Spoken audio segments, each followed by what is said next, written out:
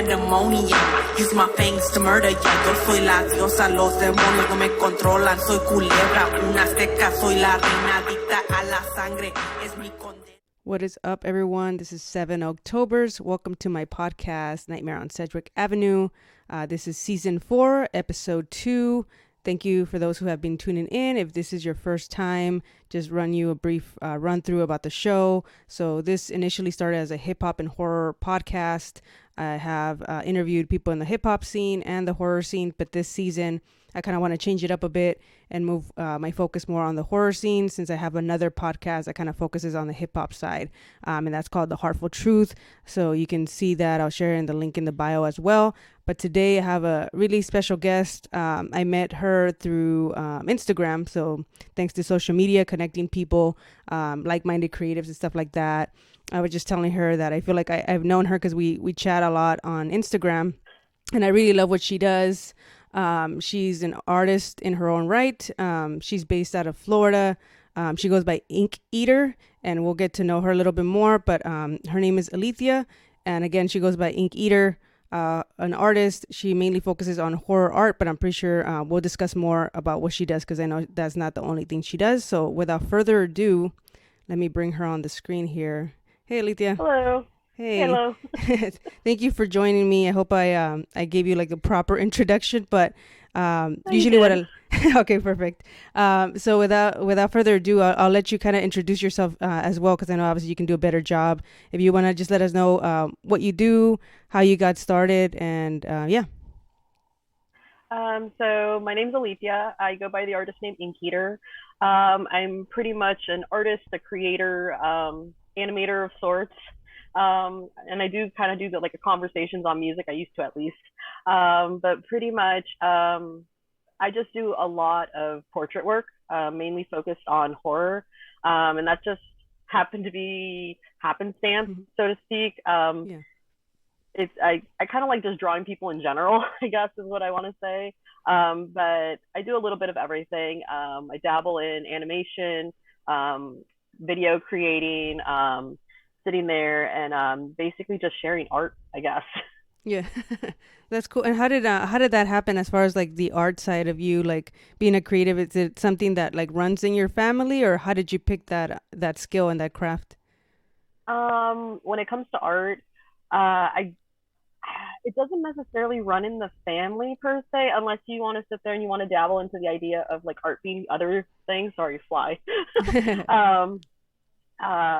But pretty much, I guess my abuelita kind of fueled that fire when I was younger, because she noticed that I really liked drawing. And so she was the one that was like, oh, you like drawing? Okay, you know what? I'm going to take you to Michael's.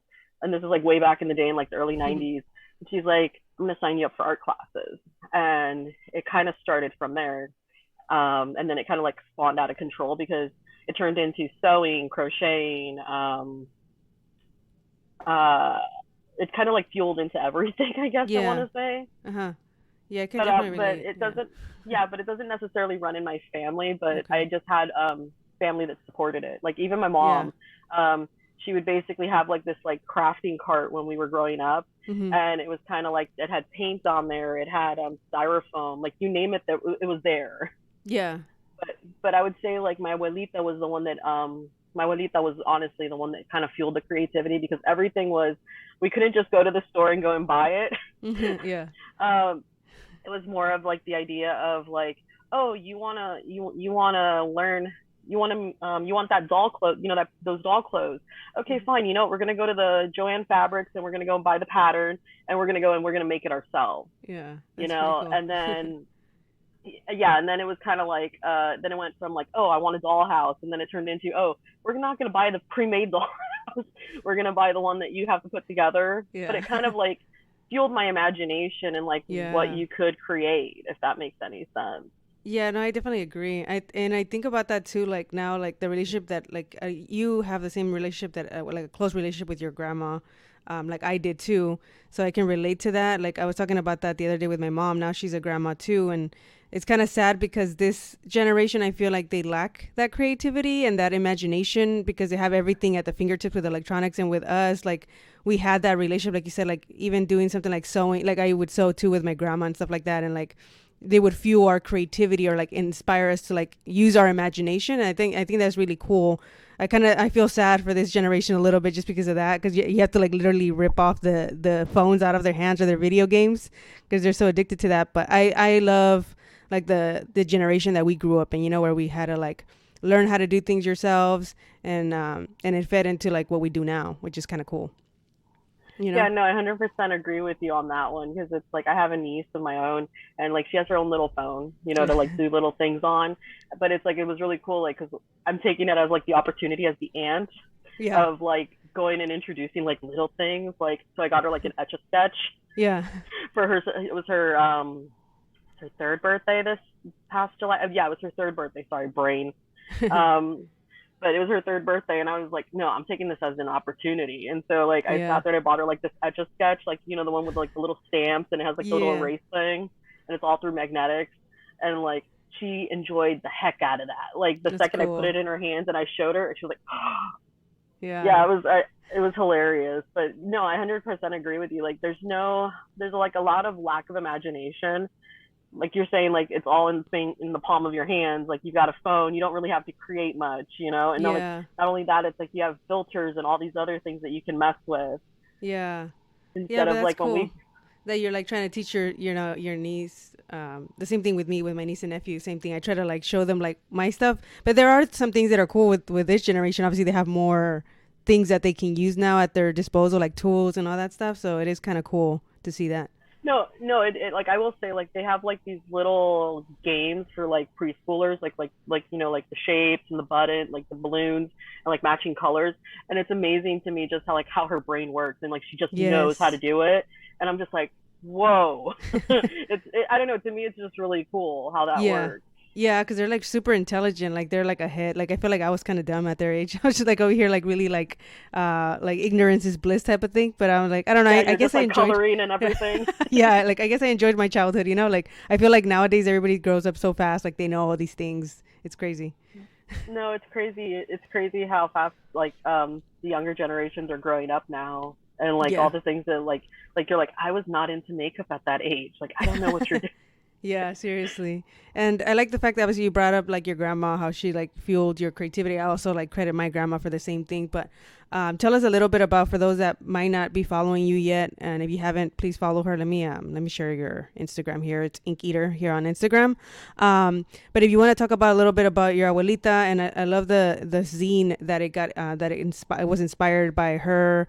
And her battle with cancer, may she rest in peace. But if you want to just talk a little bit about that, give a little bit of a introduction of what that is and how that got inspired.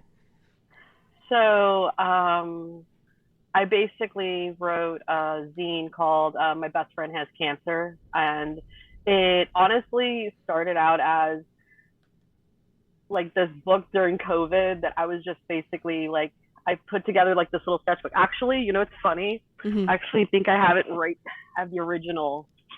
Oh, nice. Right here. And it was basically this book that I hand sewed together, and I was using it as like a way to like keep like notes of like different things that me and my grandmother did. Uh-huh. Like with the idea of like, this is just like a memory for myself. Yes. Uh-huh. And then I started to realize, I'm like, this would make the perfect zine. And it didn't occur to me until there was a zine contest at my place of employment. And they were like, oh, you know, staff, faculty, whoever, if, you know, like, tell us how you got through COVID. And so I saw it as like an opportunity to say, hey, can I turn this into a book? Yeah. But it was basically, it's basically like almost like a little bit of a diary of sorts of like the little things that me and my grandmother did up until she passed. Yeah, it's really like, I don't know. I felt like the version of the Notebook with for your abuelita type of thing. Like I thought it was really dope that you did that, and like as a way to like cope, but also to, like to share like her story too and your guys' story, you know? Yeah, no, it was kind of funny because it's like a diary memory of like all the things we watched. Yeah. That's really cool. but it was just a way to remember her and like be awesome, like, well, I mean, it's kind of sad the way that she went, but Yeah. she ended up passing of pancreatic cancer. But I took it as a moment of like, okay, you know what, I'm just gonna make every weekend count, Mm-hmm. and I'm just gonna be there till the end. It doesn't matter, this however this is gonna go. Yeah. And then, I mean, so the zine is just kind of like, it was just like happenstance that I was like, okay, you know what, I have this opportunity to do a zine. And then not only that, your sister Melly was putting, there was a podcast episode, I think, of like The Heartful Truth, Yes. where she was sitting there and she was talking about writing and how, and even you, I think, we're touching on stuff in that about writing and getting ideas out there because you don't know necessarily who's going to relate to it. Exactly. And it was kind of like a mix of the two that I was like, you know what, I'm hearing this for a reason, like when like a sign of like a message for you. Exactly, because I'm the type, I don't know, like I'm the type that's very, very like, I don't necessarily put a lot of personal things on my social or on my art stuff. Mm-hmm. And I think like I was like, you know what, no, this is a sign that I need to do this. Yeah. And also is an opportunity because normally, I mean, the year before, I released an animation cartoon about my grandmother and her shenanigans. Yeah. And it was called La Loca y su Abuela because I always told my grandmother that I had this ongoing joke with my grandmother when I was in college and I was doing time-lapse animation in college. And I was like, we're going to have our own show. You watch and see. We're going to have our own show. She's like, yeah, whatever.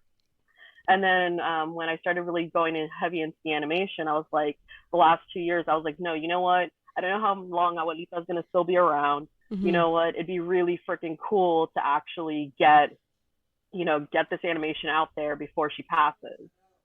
Yeah.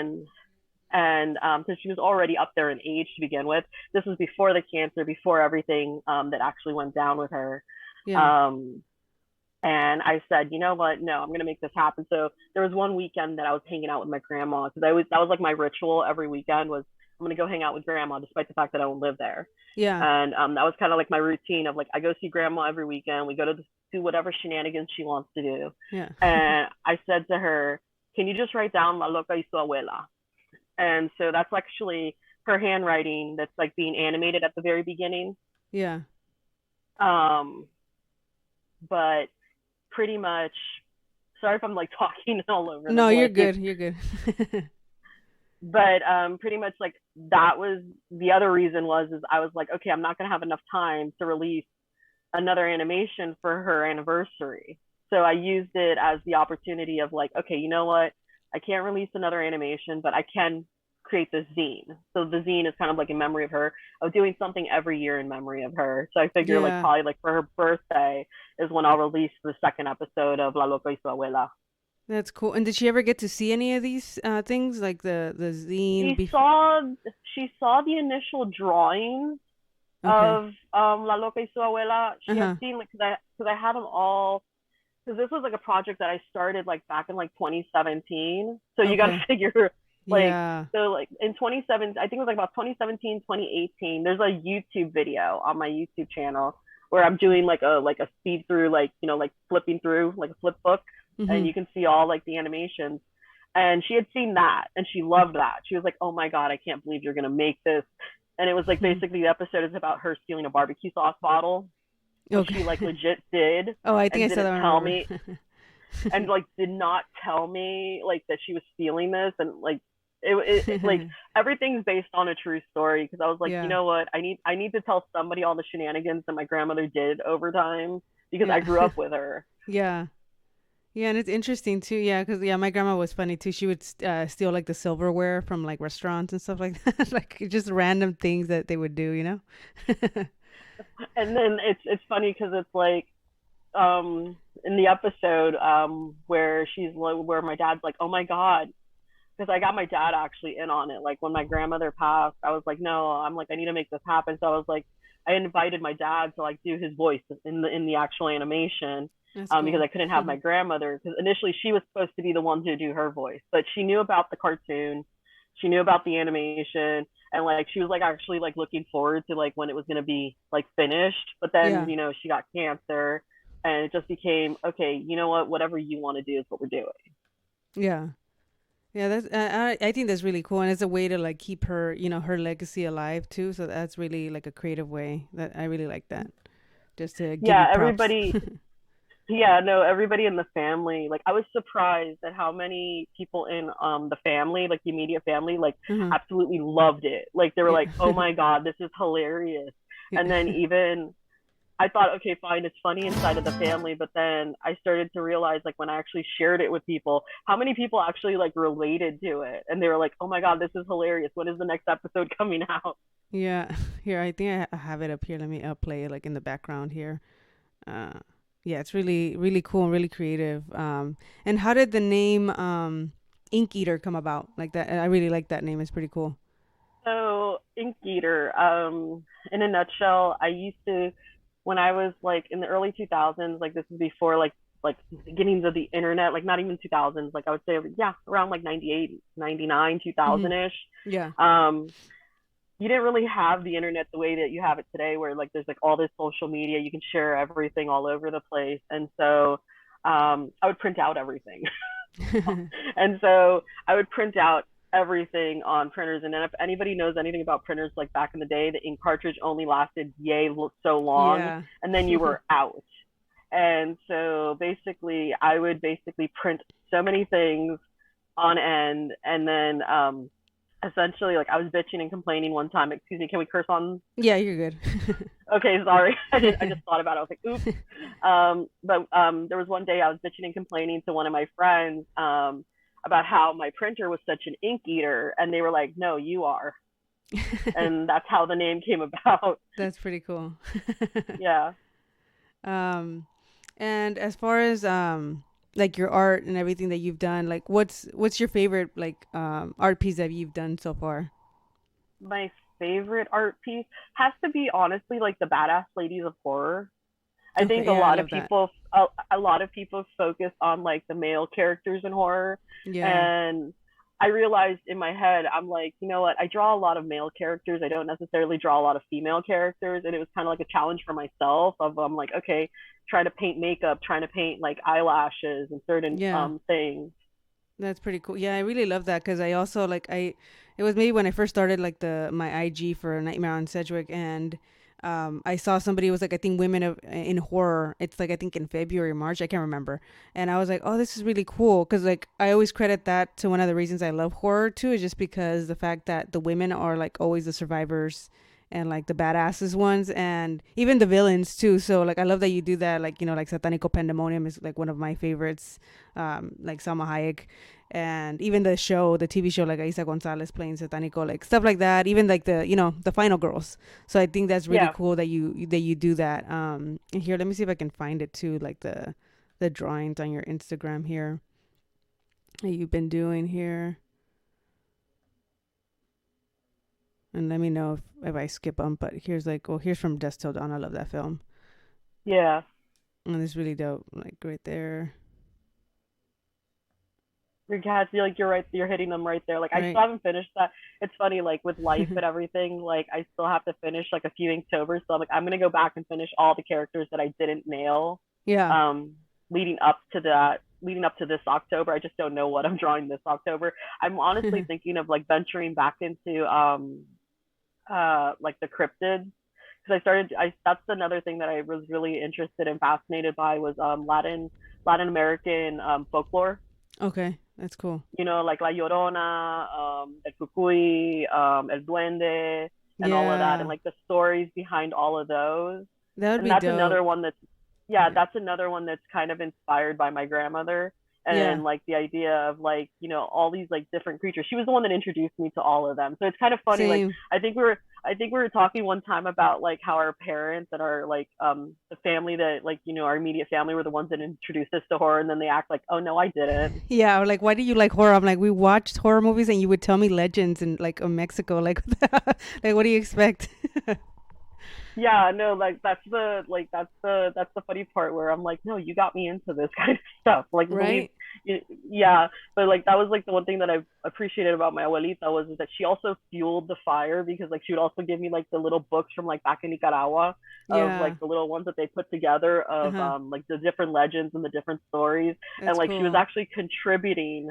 Like when I think back now on it after she passed is like I'm realizing like wow, she contributed to like all my art ideas, Yeah. and in some ways I knew, but in some ways like I just didn't really like realize at the time, I guess.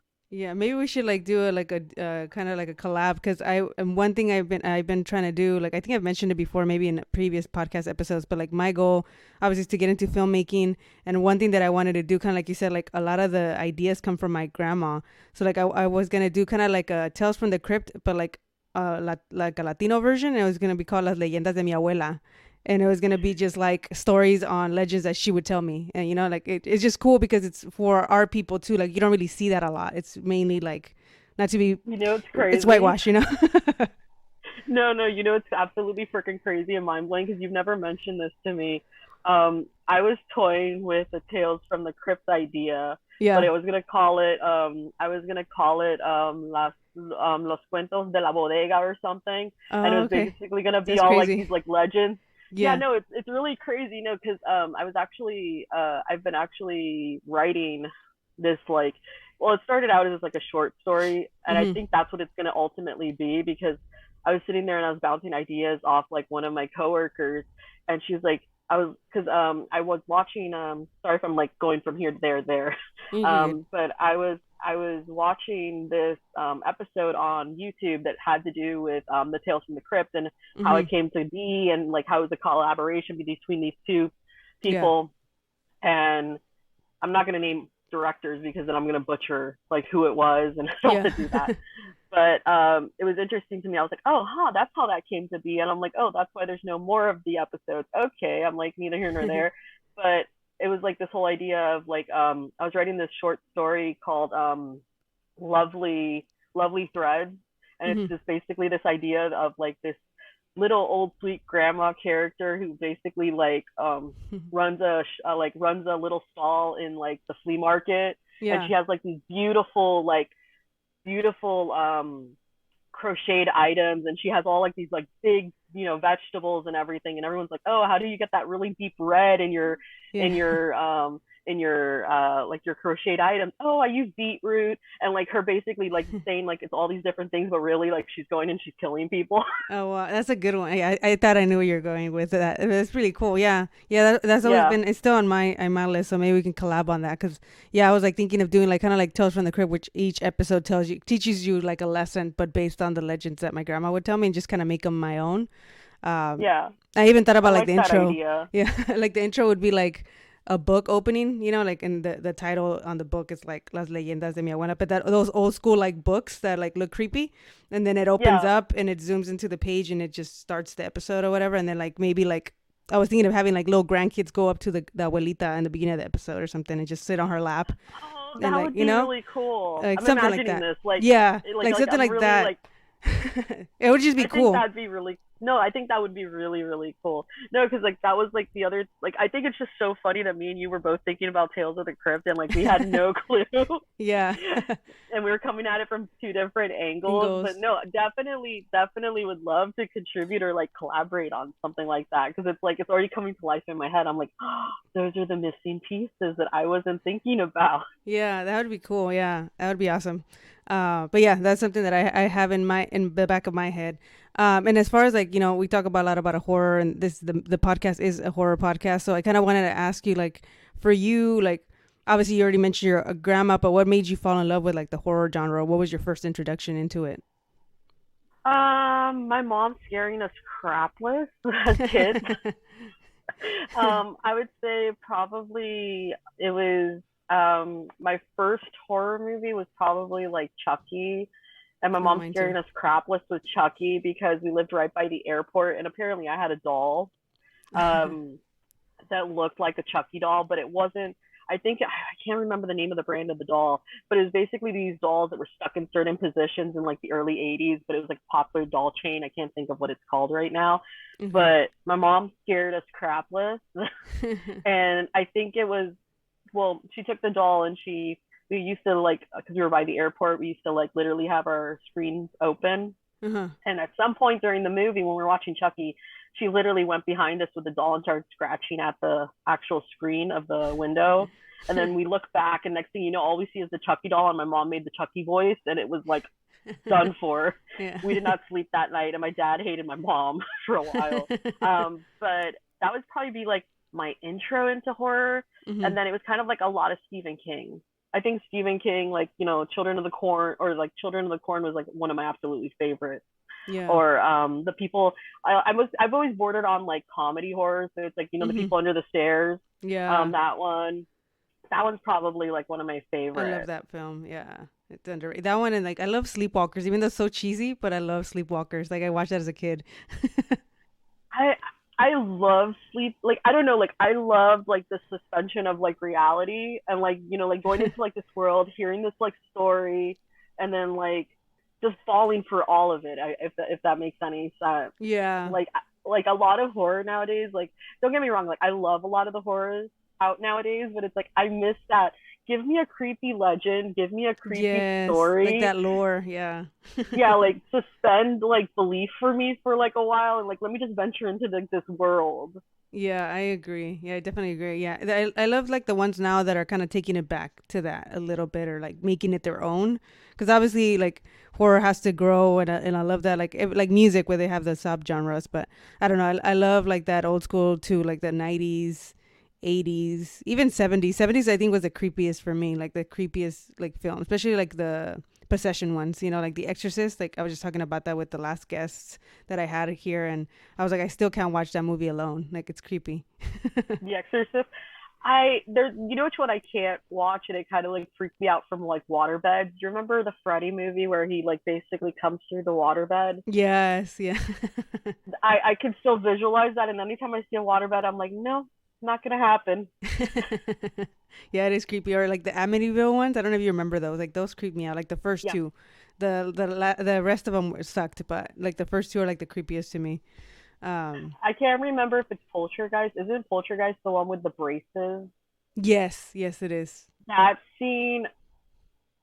scene is like the one that like probably terrifies me out of that franchise. It's like, yeah, or like, the one where the worm comes out from the dad too, or he like spits it out and that thing comes out. Oh yeah, that shit is nasty. I was like, but they just the effects too. That's what I miss about it too, like the practical effects. 100%. That's what I miss. Like, no, I'm there with you on that one. Like that's one thing that I'm like, I think that's why I don't know, I have a tendency to like gravitate towards old horror, and like there's this one, I think it's called The Tourist Trap. I want to say it's Tourist Trap. I started getting into like drawing my own version of like horror movie posters. Okay. And basically like talking about that particular horror movie, and like doing a review instead of it just being a time lapse. Because I realized like not everybody just wants to watch a time lapse. They actually want audio behind the actual. That's where I struggle, at least when it comes to creating videos. Is like I'm just more about like the visuals than the audio. I'm trying to get better about that. Yeah. But Tourist Trap, that one, it was creepy because it like I don't know, like practical effects, and then also the reliance on like sound and like the ambiance that it creates. I think Insidious brought that back a little bit, like those films, right? Because we didn't have that. Yeah, and I agree with that. Yeah, because I even like, I don't know, the jump scares nowadays is like, come on. But like you said, like the creepy, like you're not even expecting it to happen. Like that's what creeps you out, I think, more. At least for me, like the jump scares don't really do it for me. I'm not a huge fan of the jump scares. Like I'm more like I like creepy factor. Like give me creepy. Like that's why like when they came out, the Conjuring franchise, they came out with La Llorona, and I was like really excited about it, and I was like, yes. And then I watched it, and I was like, and I was like, this is pure crap. But supposedly, I think it's Danny Trejo that's supposed to be coming out with his version of La Llorona. Oh, I hope he did. Oh, that'd be dope. I'm yeah, I'm it hoping sucked. yeah, no, I'm hoping like somebody does it justice. And that's like the one unfortunate thing where it's like where people want to tell like stories about legends and stuff, and then Hmm. it's like they want to make it relatable to today, I think, and that's kind of like guess the disconnect. I don't know. Yeah, and it's also because not to be mean, but like I mean, a lot of the creators are not from that culture, so it's like you can't really tell the story if you're not from that culture. Like I feel like Exactly. if you're part of the culture, you'll respect it more, and then it'll be like better. Because I've seen like indie short films that are like even better than the movies out now. You know, like so I think there definitely could be a way better version of La Llorona and any other legends like that. Yeah, no, that's like the one thing that it's like I'm looking forward to. I'm like, please do it justice, please do it justice. But I think it was like all talk. Like I don't know if it's come up. I haven't looked back into it. Like after like I heard about it, I was like, oh, ooh, okay. But I haven't like looked back into it because I'm like really more excited about like the Jeepers Creepers because I'm like, give me backstory to the Jeepers Yeah. Creepers creature. But I Yeah. doubt that's gonna happen. Yeah, we'll see with that one. And talking about that, like the villains and the monsters, like if you could create like a brand new like monster or horror villain, what would you create? Like what would it look like or what would it be? He would be very, very decrepit looking, probably like with body parts hanging out of his head and like some kind of like almost like Toxic Avenger in a little Okay. bit of a way, Yeah. but like just really creepy with like arms and heads, like I don't know, like extra heads maybe, Uh-huh. hairy as hell, um, and like other limbs. Like Yeah. that's one thing that I'm like really like fascinated with drawing as of recently is like limbs. That's cool. It's like, And have it you seen sounds like really bad.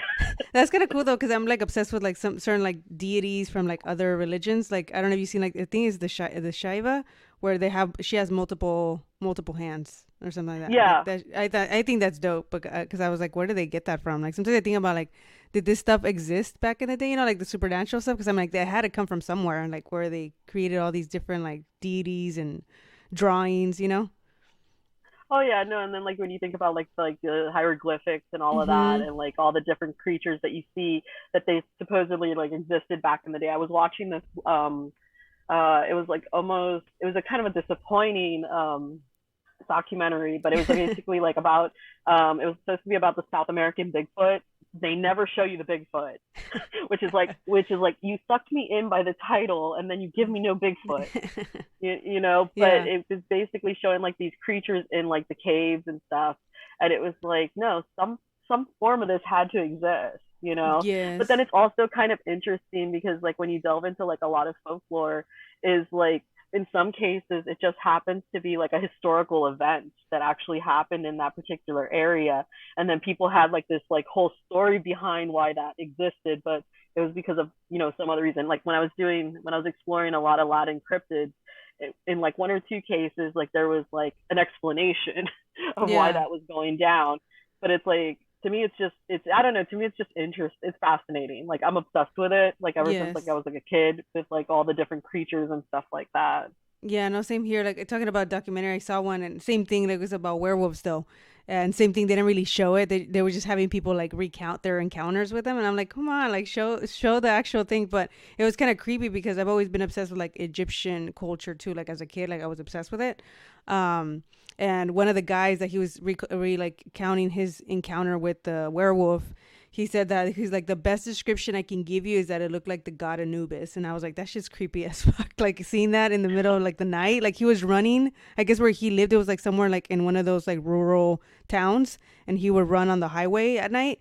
And there was like a corn maze on on the left hand side or something like that, and he was running and he felt something like running like right next to him in between the fields, and then he's like, eventually the corn was gonna run out, and that's when I knew I was gonna see him. And I kept telling him, I'm not gonna look. And of course, he's like, my curiosity gave in, and as soon as I turned the Of curb, course. he looks and he's like, yeah, the best thing I can describe it is like it looked like the god Anubis from Egyptian, and he was like on his hind legs, about 6 foot, and like a dog face, and I'm like, that shit's creepy as fuck. But I was like, I don't know, like I do believe in some of these things because they've been in forever in history, like in ancient, like you said, in the hieroglyphs and all this stuff. So I'm like, so at some point these things had to exist, and maybe they just kind of went extinct, or they just there's less of them in the world or something. I don't know.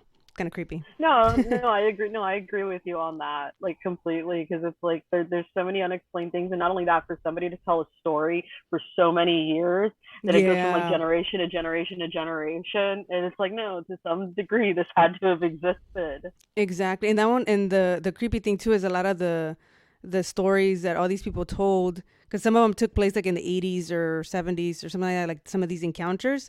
But all of them, the creepy part is like the commonality they all had was that it was near like native land, which I was like, you know how they Mhm. say that a lot of them like were shapeshifters, you know, like Native Americans. And I'm like, some people were like, yeah. And I was like, yeah, maybe because you guys stole their fucking land. And they're like trying to get back at you guys. You know, like they're like trying to scare you guys now, you know? Uh, No, like no, that's like the one I think it's Mothman. I could be oh, wrong. yes.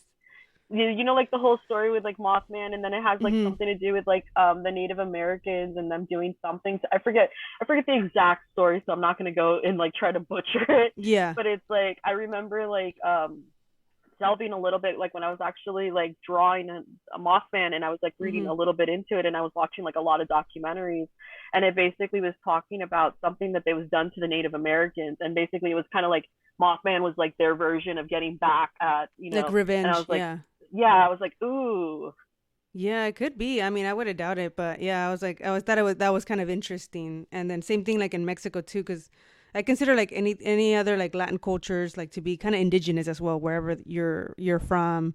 Like I know yeah, you mentioned Nicaragua and stuff like that. Everybody has like tribes that originated from those lands. So like in Mexico, they talk about like which is the equivalent to like a Native American like shapeshifter would be like a Nahual. I don't know if you ever heard of them, but yeah, Nahuales, right? Where it was like shamans or like magical people like wizards or whatever that would be able to shapeshift. So I think it's kind of interesting, like you said, in every culture there's is the same thing. It's just you call it a different name. So that's why it makes me believe. I'm like, yeah, I'm pretty sure these things exist, or maybe some people are more prone to like be able to like have an open mind and be able to see these things. Because yeah.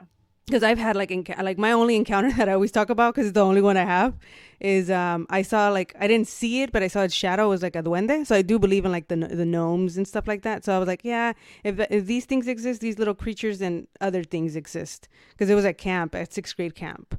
And we were walking, it was like obviously in the middle of the woods where you go to camp, and across the way was like a log that was on the ground, and it was like the sun was hitting so you can see like shadows. And so literally right across the way I saw something running, but it was like super tiny, and like we were like maybe I don't know 4 feet tall, like the grade I was in, like sixth grade. But this thing was like shorter, it was like 2-3 feet tall maybe. And I told my Yeah, friends, I'm like, do you guys see this? Because I tried even look to see if it was maybe one of our shadows being casted, but it was too far for it to be one of our shadows. And they were like, hey, do you guys see that? And it was like this little thing just running. And ever since that's then, I was like, creepy. I was like, I believe in that shit, because I was like, I don't know what it was, but it was something.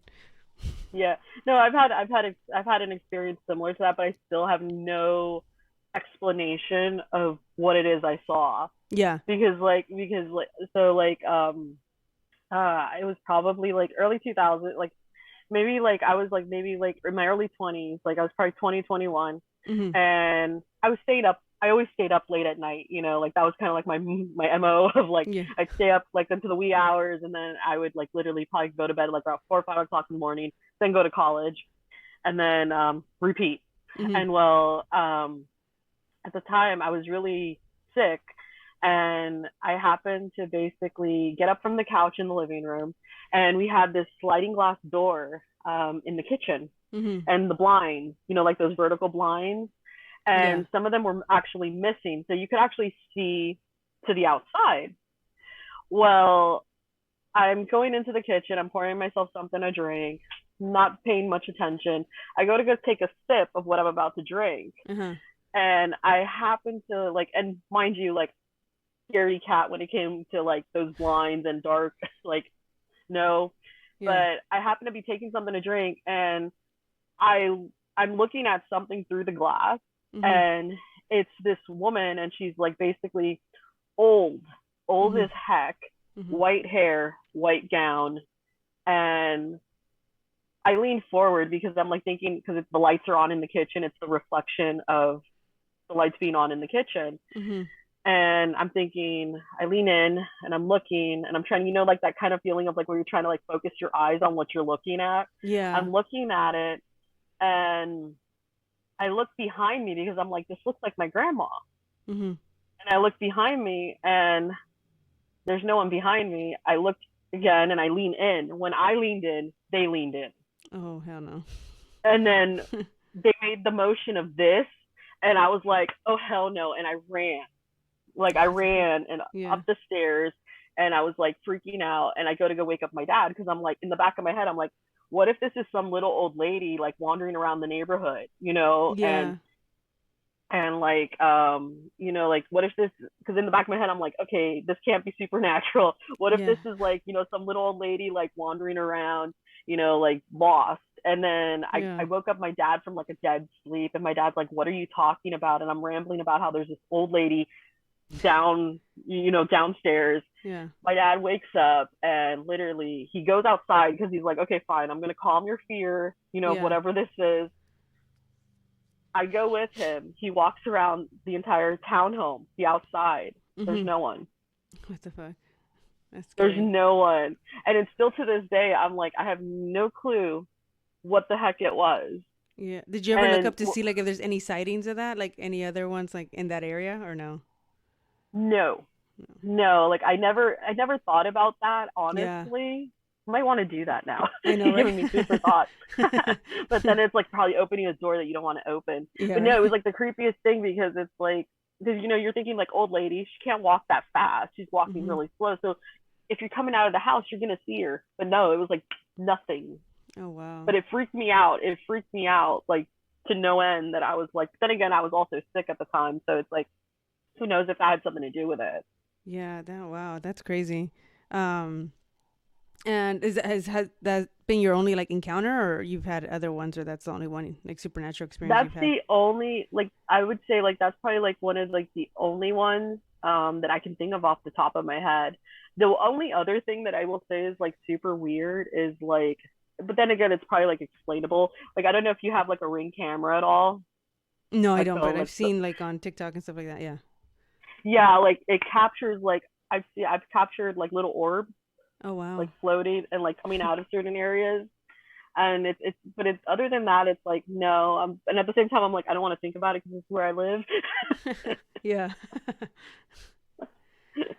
But no, nothing creepy that I can think of off the top of my head. Like there probably is, and it'll probably come to me later. I'll be like, oh man, I didn't tell her about this. Yeah. No, that's an interesting story though. It kind of reminded me of like the Lady in White or whatever, where they, you know, like the one that's kind of scary.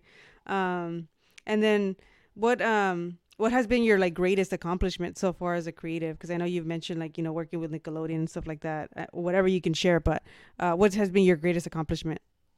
Honestly, I would say my greatest accomplishment was probably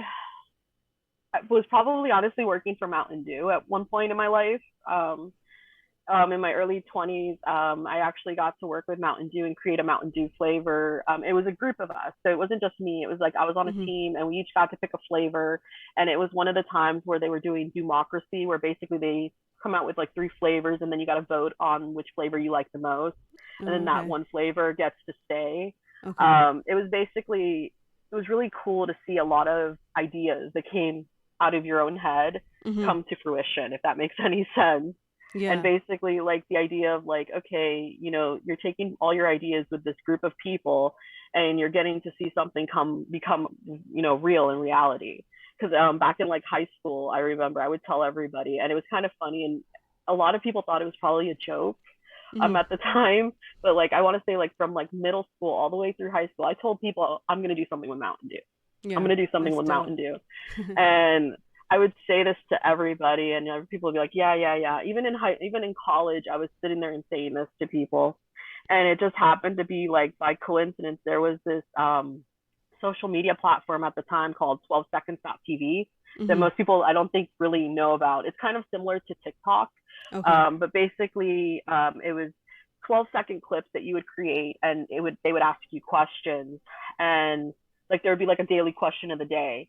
And they would host all these different contests where like you could win things. And at the time, I just knew it involved a Mountain Dew crate, a limited edition piece of art, and you got to try like 7 flavors within this crate.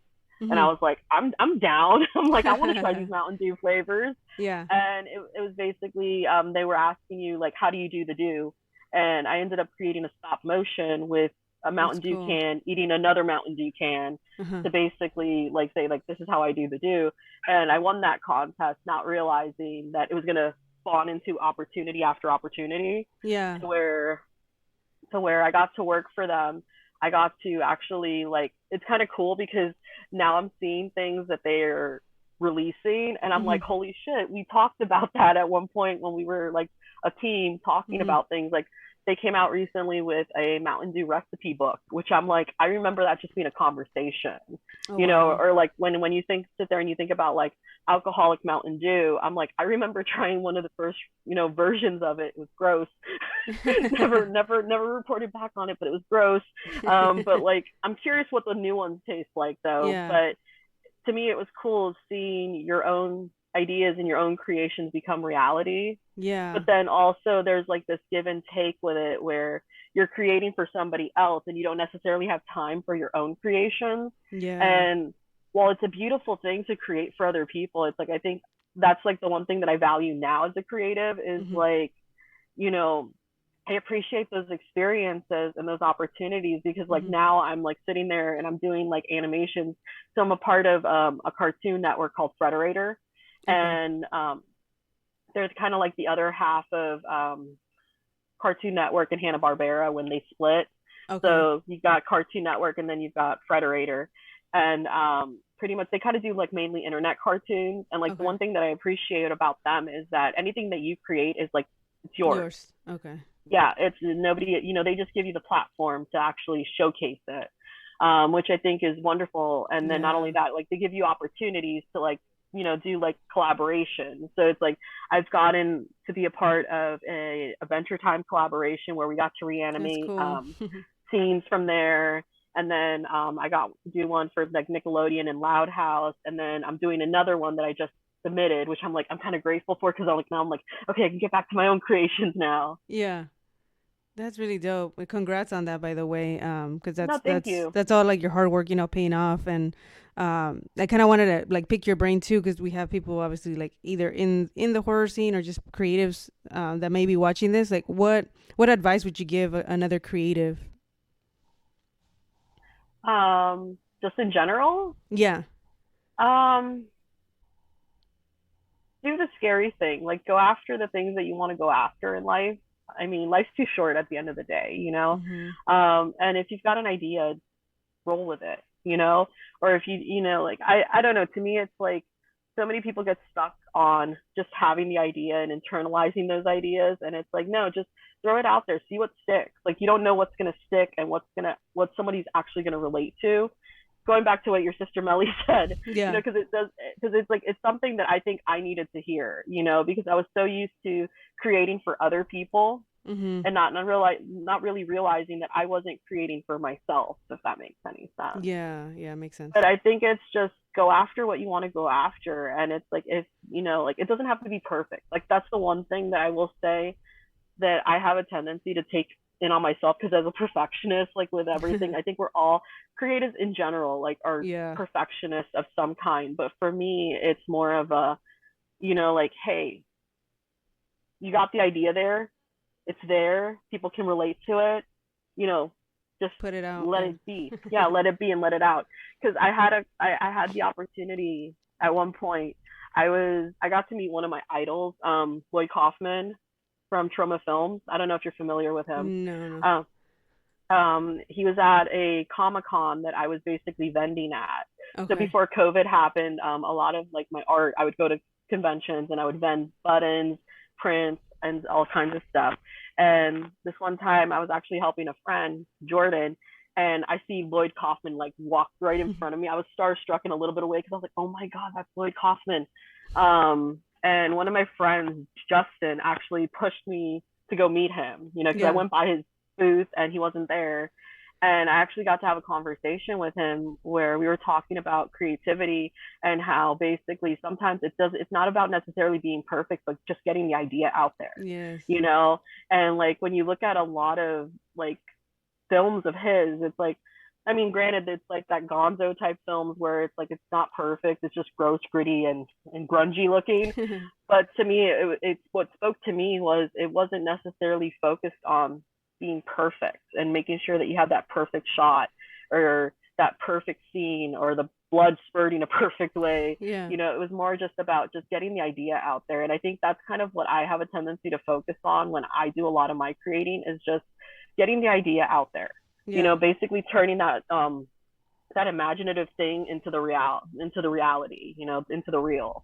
Yeah. You know, and like that's the one thing that it's like I have a tendency like to tell people when I see them doing something creative, like keep going, you know, because it's like to me it's like I like seeing people just take something that's imaginative in their head and basically throwing it out there and splattering it on the wall. Yeah, no, it's true. Yeah, because I think, like you said, a lot of creatives are perfectionists, or they just like we overthink a lot, and it's like sometimes you hold on to that art, and like you say, you'll never know until you like share it, and other people can relate to it, you know. And then that's when you're like, oh shit, I should have put this out a long time ago, you know, if you would have known. No, 100%. Like that's like I never expected so many people to actually love, you know, my best friend has cancer. To me, it was just one of those things that it's like I felt like I had to get out there, and then it kind of made me realize the concept of a zine and how a zine works, because that was the one thing that I struggled with. Was a lot of people told me like, oh, you should really take your Latin cryptid X Files. You know, I was doing Latin X Files is what I called it for my cryptids and my folklore, and they're like, you should really turn this into a zine. And I'm like, yeah. But now I'm like, after doing this one, I'm like, okay, I want to turn everything into a zine. But wholeheartedly, I agree that it's like we have a tendency to hold on to like those ideas, not realizing how many people are going to relate to them. Exactly. Yeah. And that's really great advice. And the last thing I kind of want to I close it off with this question because it's a little deeper of a question. But what kind of legacy do you want to leave behind, either on a personal level or on a creative level? I want to, I guess, as a legacy, I want to be known as somebody that talk shit but then did shit. You know, like like put my money where my mouth is, you know, like every time. But not only that, like I want to be known as the person that basically helped other creative people get their like feet wet and actually move forward with their creation. And honestly, like if there's like one thing that it's like I'm not a, what do you call that, a hoarder of like secrets of how to do things. It's like, you want to know how to do that thing, I will tell you exactly how to do that thing. There's so gatekeepers is what I guess I want to call it. You know, where there's so many people where they don't want to talk about their process, or they don't want to talk about what pen they use, or what, you know, like what kind of paint they use. And it's like, no, I tell it freely if you ask. You know, it's one of those things where I don't want to be a gatekeeper. I want to be known as somebody that essentially like helped other creatives. You know, I guess I want to say, you know, and somebody that, you know, put their money where their mouth is, you know, that I don't talk any shit, I guess, and that I just basically, no, I do what I say. Sorry, I'm fumbling on words right now. No, yeah, you do what you say. Yeah, that's what I'm the same way. But yeah, like I think I agree with you on that part as far as like not being a gatekeeper, because I feel like there's room for everyone. I think it's like people like their egos or like think like, oh, if I teach them this, they're gonna do it. But like not everybody, like you can give them the answers, and not necessarily everybody's gonna come up with the same, you know, way of doing things. Everybody has their own take. Yeah. So I think sometimes people get like super jealous or like not trying to share like the space, but it's like there's room for everyone, you know. So there's 110% room for everybody. Like it's one of those things where like I've had actually other creative people go to me, like friends of mine tell me like, oh, well, this person is drawing the same character as me. And I'm like, but nobody can replicate your lines and your line work. It's unique to you. Like basically the way you draw is unique to you. Just because they're creating the same person as you are, you know, who cares? Who cares? Like to me, there's room for everybody, honestly. Like you're saying, like 110%. Yeah. You know, and that's the one thing that like, I don't know, it frustrates me when people are like, oh no, I'm not going to tell them what I use. And it's like, come on. I'm like, it's a piece of paper. They're not going to draw the same way as you. Exactly. Yeah. We always talk about that too at the Platform Collection team, like how the same thing, we want to do that for like creatives, like give everybody like the space, and if we can help, we'll give out like the answers. There's no like, why hold on to it, you know, like you said, like there's people that don't want to share, like you said, like as simple as like what pen they're using, like different things, and it's just like, it's so, I don't know where that comes from, but I think it's maybe thinking that there's, like you said, there's not enough room for everybody, but everybody has their own little niche, you know?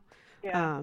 I don't know. To me, some part of me wants to think that it's a little bit of insecurity within that Yeah, person, you know, that's true. and basically thinking that if I tell them what pen I use, they're gonna get better, you know, and it's like, no, it doesn't work that way. Yeah, exactly. You have to put in the work and everything. No, and no, but honestly, like that's like the one thing that I will say, like I do appreciate about like the people that I choose to like talk to and surround myself with is that Hmm. like they give the information willingly, you know, like they'll sit there and say, oh hey, I use this, or hey, I made a rig, you know. That's like I think at one point I messaged Tilcy Ray because I absolutely loved how he shot the overhead shots in one of his music videos, and I was like, how did you Yeah. do that? Like I need to know. And he's like, oh, I have a rig, and you know this and that. He told me eventually he was going to send me pictures, but he never Yeah. did. But neither But here nor there. forgot. But oh, he dude, we're all busy. Yeah. Like we're all busy in life. But it's like it gave me the idea of like, okay, it's a rig. I'm like, can I build this? Can I buy this? And Yeah. it's like I ended up looking on Amazon, and I actually found something because I was looking mainly for myself for like Uh-huh. my animations and doing my live streams again. Yeah. Yeah, but it's like having those conversations with other creatives, and even if they don't give you like the complete answer, but they give you like they point you in the right direction, if that makes any sense. Yes. Like, and I think that's like the beautiful thing about certain people in this world is some people don't care and they give you the information willingly.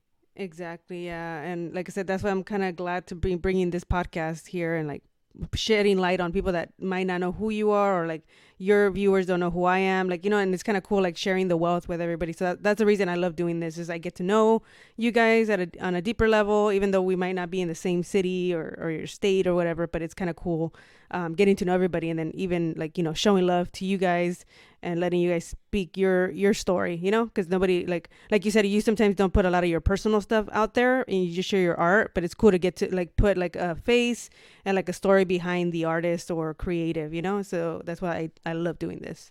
And I want to thank you, you know, for your time, for like sharing your story. And any last words or anything you want to promote before you get out of here? No, I just want to say 100% right back at you. Honestly, like I honestly appreciate the podcast that you and your sister created, Thank the you. Heartful Truth, because it's like it honestly gave me perspective in life, I guess I want to say, and basically like hearing other people and like what their struggles are, what they go through, you know, and then Mm-hmm. realizing how we're all similar and how we all can Exactly. relate to a lot of those things.